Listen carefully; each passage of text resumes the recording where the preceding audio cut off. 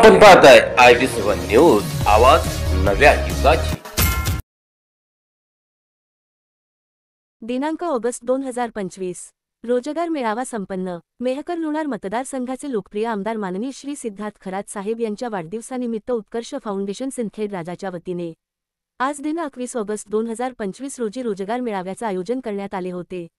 या ठिकाणी जवळजवळ 2500 ते 3000 च्या संख्येने 10वी 12वी पदवीधर आणि पोस्ट ग्रॅज्युएट अशा विविध विद्यार्थ्यांसाठी रोजगाराची संधी आपल्या मेहकर शहरामध्ये आमदार साहेबांच्या वाढदिवसानिमित्त उपलब्ध करून दिली। आज जवळजवळ 1100 विद्यार्थ्यांना या ठिकाणी रोजगार मेळाव्याच्या माध्यमातून नोकरीची संधी प्राप्त झाली। त्याचबरोबर 250 ते 300 विद्यार्थ्यांना ताबडतोब कंपनीमार्फत नियुक्तीपत्र आमदार सिद्धार्थ खरात साहेबांच्या हस्ते देण्यात आले। 15,000 पासून ते जवळजवळ 35,000 पर्यंत दरमहा पगाराच्या नोकऱ्या या मेहकर लोणार मतदारसंघातील सुशिक्षित बेरोजगारांना मिळाल्या।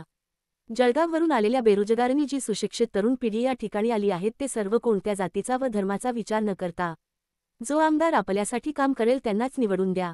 आपल्याला जॉबची गरज आहे, जो आपल्यासाठी झटत असेल तोच आपला। आज मला 20,000ची नोकरी मिळाली। माझे वडील टीबी पेशंट आहे आणि मला अत्यंत गरज होती जॉबची। या निमित्ताने त्यांनी आमदार साहेबांचे आभार मानले।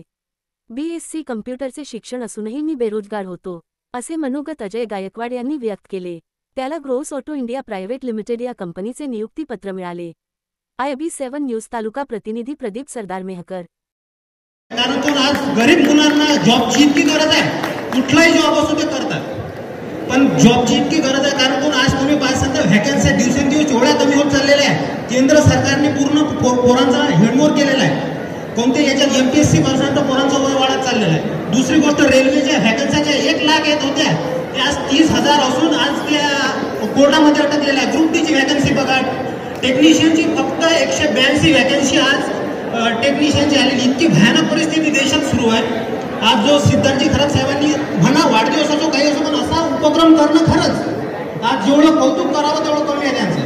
कारण आज मला 20,000ची नोकरी भेटली। आणि दुसरी गोष्ट मी माझ्या मित्रांना आज 1 महिना झाले की म्हटलं मला जॉब आहे का पुण्याला किंवा औरंगाबादला जॉब आहे का असं विचारतो, पण म्हणत होतं व्हॅकन्सीच नाही। म्हटलं ठीक आहे आज पैसेच जातील इतक्याच पण सिद्धार्थजी खरात साहेबांना भेटूनच येऊ आणि काय आता सांगून देऊ की बा तुमच्या मतदारसंघातला नाही देशांत त्या जॉब नाही तर चाललो घरी। आणि खरंच सर माझे वडील आज किडनी पेशंट आहे, मला खरंच गरज होती जॉबची। कारण तुम्ही त्यांची मी एकच विचार करतो की माझ्या वडिलांची तेव्हा माझ्या हातून जेवढी होईल तेवढी होईल।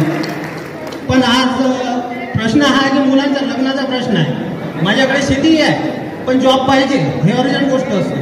कुठंही असो माझं BSc कम्प्युटर शिक्षण झालेलं आहे, पण सायन्समध्ये माझा एकही वर्ष मी फेल झालेलो नव्हतो।